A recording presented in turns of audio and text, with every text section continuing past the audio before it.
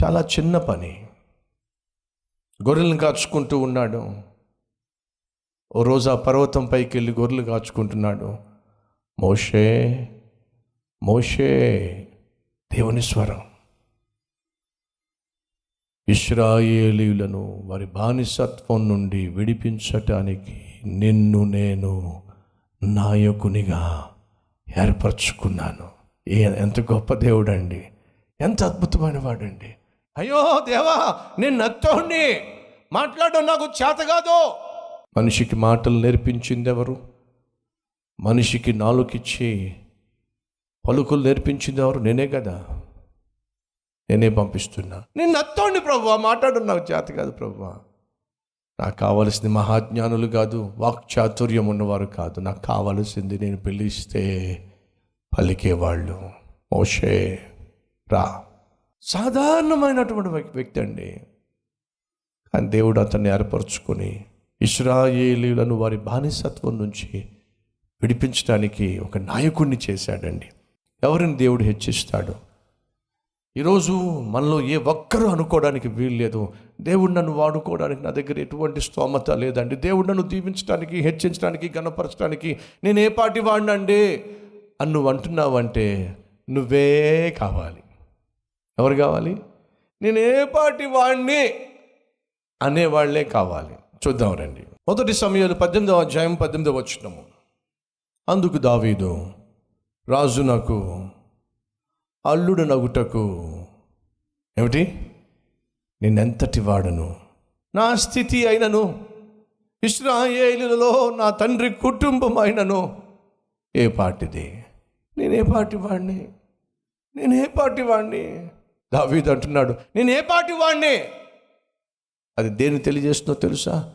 దీనత్వాన్ని తెలియజేస్తుంది. దేవుడు ఎవరిని వాడుకుంటాడో తెలుసా? సామాన్యులను వాడుకుంటాడు. 2, దేవుడు ఎవరిని వాడుకుంటాడో తెలుసా?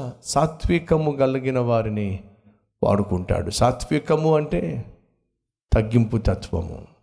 నేనే పాటి వాడిని. తాను తన జీవిత ప్రారంభంలో అదే మాట అన్నాడు, తన జీవితము ముగింపుకు వస్తున్నప్పుడు కూడా అదే మాట అన్నాడు, నేనే పాటి వాడిని. నా తల్లి ఏ పాటి, నా తండ్రి ఇల్లు ఏ పాటిది. బహు సాత్వికత్వము, బహు తగ్గింపు తత్వము. ప్రియ సహోదరి సహోదరులు, దేవుడు ఎవరిని వాడుకుంటాడో తెలుసా? ఎవరిని హెచ్చిస్తాడో తెలుసా? ఎవరిని దీవిస్తాడో తెలుసా? సాధారణమైన వారిని. ఎప్పుడు అనర్థం, ప్రభువా నాకు ఎటువంటి టాలెంటు లేదయ్యా, ఎటువంటి తలాంతు లేదయ్యా, పరిచయలో వాడబడ్డా నాకు కీబోర్డ్ రాదయ్యా, నాకు ఫ్లూట్ రాదయ్యా. నేను హైదరాబాద్ వచ్చిన కొత్తల్లో సేవలో వాడబడ్డానికి ఏదైనా ఇన్స్ట్రుమెంట్స్ ఉంటే బాగుంటుంది కదా, నేర్చుకుంటే బాగుంటుంది కదా అని చెప్పి తబలా కొట్టేవాడిని, రాలా. హార్మోనియం కొట్టేవాడిని, రాలా. కీబోర్డు కొట్టేవాడిని, రాలా. ఇవన్నీ లాభాలు అని చెప్పి ఒక ఫ్లూట్ తెచ్చుకున్నా. ఫ్లూట్ తెచ్చుకుని వాయిస్తా ఉంటే పక్క గదిలో మా తమ్ముడు పరుగుపొరుని వచ్చేసాడు. వచ్చేసి, అన్న వాయించకండి అన్న ప్లీజ్ అన్న. ఏ పావులు వస్తాయన్న. ఎందుకు వచ్చిందన్న? ఎందుకు అనవసరంగా పావులను పిలవడం అని చెప్పేసి ఆ ఫ్లూట్ కూడా పక్కన పెట్టేశా. దయచేసి గమనించండి, నాకు ఏ ఇన్స్ట్రుమెంట్స్ రావు, కానీ దేవుని చేతిలో పనికొచ్చే ఇన్స్ట్రుమెంట్గా నన్ను వాడుకున్నాడు.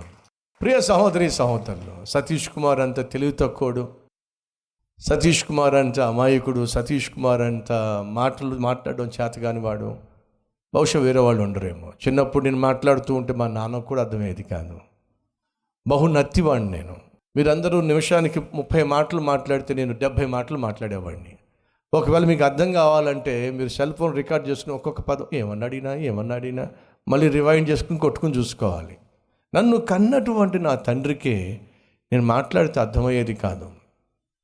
నేను మాట్లాడి వెళ్ళిపోయిన తర్వాత మా మమ్మీని అడిగేవాడు, ఇంతకీ ఏమన్నాడు అని చెప్పి అడిగితే మళ్ళీ ట్రాన్స్లేషన్ మా మమ్మీ చేసేది. అలాంటి మాట్లాడడం చేతగాని ఒక నత్తోడిని ఇక్కడ నిలబెట్టాడు అంటే నేను ప్రకటిస్తున్న దేవుడు సామాన్యుడు కాదు. సాధారణమైన వారిని దేవుడు వాడుకుంటాడు, దీవిస్తాడు, హెచ్చిస్తాడు. కాబట్టి ఎప్పుడు కూడా అనొద్దు, ప్రభు నా బోటోడు ఎప్పుడు అనొద్దు. పేతురు, యోహాను, యాకోబు వీళ్ళెవరు చెప్పండి? సముద్రంలో చేపలు పట్టుకునేవాళ్ళు. చేపలు పట్టుకొని గట్టుకొచ్చి వలలు శుభ్రం చేసుకుంటూ ఉంటే యేసుక్రీస్తు పేతురుని చూశాడు. అందరూ పేతురుని చూసినప్పుడు, ఓ పేతురో పేతురో 2 కేజీలు చేపలు ఇవ్వు, 3 కేజీలు చేపలు ఇవ్వు. రా చేపలు పట్టేవాడు ఆ పేతురు కనపట్లేదు ఏమిటి? ఇది సాధారణంగా మనుషులు వాడిన భాష. పేతురులో ఎవరిని చూశారు చెప్పండి? ఓ చేపలు పట్టేవాడిని. అదే పేతురుని యేసయ్య చూశాడు. చూసినప్పుడు ఆ పేతురులు ఎవరు కనిపించారో తెలుసా అండి? ఓ గొప్ప అపోస్తులుడు కనిపించాడు. యేసుక్రీస్తు యొక్క గొప్ప శిష్యుడు కనిపించాడు. నా కోసం ప్రాణం పెట్టేంతగా నన్ను ప్రేమించేవాడు ఇతనిలో ఉన్నాడు. పేతురులో దేవుడు అపోస్తులను చూశాడు. పేతురో, నన్ను వెంబడించు, మనుషులను పట్టే జాలరిగా చేస్తాను. ఎవరిని ఎన్నుకున్నాడు? ఎవరిని వాడుకున్నాడు? ఎవరిని తన శిష్యునిగా పిలుచుకున్నాడు? ఎవరిని అపోస్తులుగా మార్చుకున్నాడు? పేతురు వాక్య పరిచర్య చేస్తూ ఉంటే 3,000 మంది ఆ రోజు బాగుపడిపోయారు. పేతురు యోహాను వాక్య పరిచర్య చేస్తున్నప్పుడు 5,000 మంది ఆ రోజు రక్షించబడ్డారు. పేతురు వీధుల్లో నడుస్తూ ఉంటే పేతురు నీడ పడితే చాలండి, రోగంతో ఉన్న వాళ్ళందరూ లేచి కూర్చున్నారు. ఆ రోజుల్లో పేతురు వెళ్తూ ఉంటేనట, పేతురు వచ్చి టచ్ చేయాల్సిన అవసరం లేదు, పేతురు వచ్చి ప్రార్థన చేయాల్సిన అవసరం లేదు. పేతురు రోడ్డు మీద వెళ్తున్నాడు అంటే అతని నీడ ఎటువైపు పడుతుందో చూసుకొని అక్కడ పేషెంట్లందరినీ పడుకోబెట్టేవాళ్ళట. ఏమిటండి ఇది?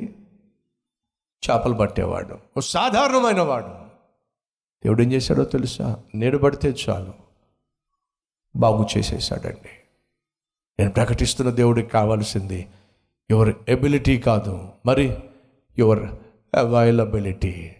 దేవునికి కావాల్సింది నీ శక్తియుక్తులు కాదో, దేవునికి కావాల్సింది నీ సాధారణమైన జీవితము, సాత్వికముతో కూడిన జీవితము, సాక్ష్యము కలిగిన జీవితము. నిన్ను కూడా ఆ విధంగా దేవుడు చేయగలడు. నువ్వు సామాన్యుడివే, అసామాన్యుడైన దేవుని చేతిలో పడితే సామాన్యమైన నిన్ను అసామాన్యునిగా దేవుడు మార్చగలడు.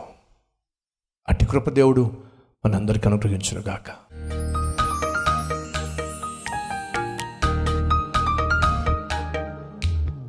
మహాపరిశుద్ధుడు అయిన తండ్రి, సాధారణమైన వారిని, సాత్వికము కలిగిన వారిని, సాక్ష్యము కలిగిన వారిని, సాహసములు నీ పేరట చెయ్యాలి ఆశించే వారిని వాడుకుంటావు, గొప్ప చేస్తావు, హెచ్చిస్తావు, ఘనపరుస్తావు.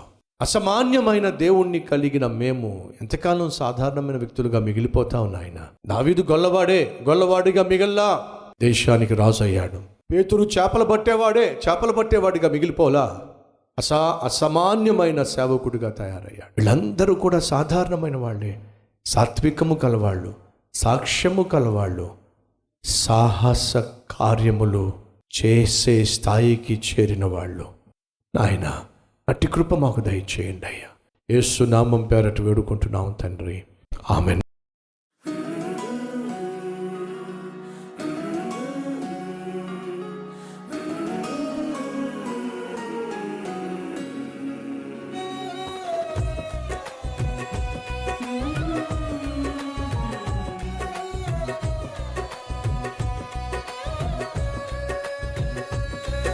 డైలీ డివోషన్ మీకు ఆశీర్వాదకరంగా ఉంటే 10 మందికి షేర్ చేయండి, లైక్ చేయండి, ఒక కామెంట్ పెట్టండి. దేవుడు మీకు తోడై ఉండును గాక. షలోమ్.